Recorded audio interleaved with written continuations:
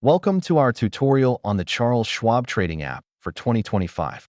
In this video, we'll guide you through everything you need to know to trade efficiently on mobile. First, let's learn how to download and install the app on your mobile device.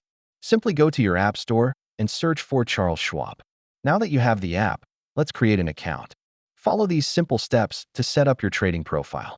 Once you are logged in, the home screen greets you with all the key features you need. Let's take a closer look. It's time to place your first trade.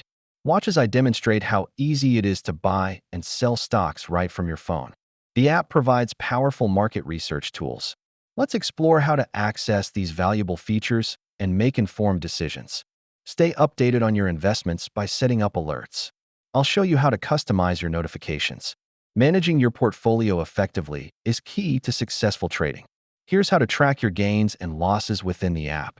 For seasoned traders, the app offers advanced features. Let's dive into these tools and see how they can enhance your trading experience.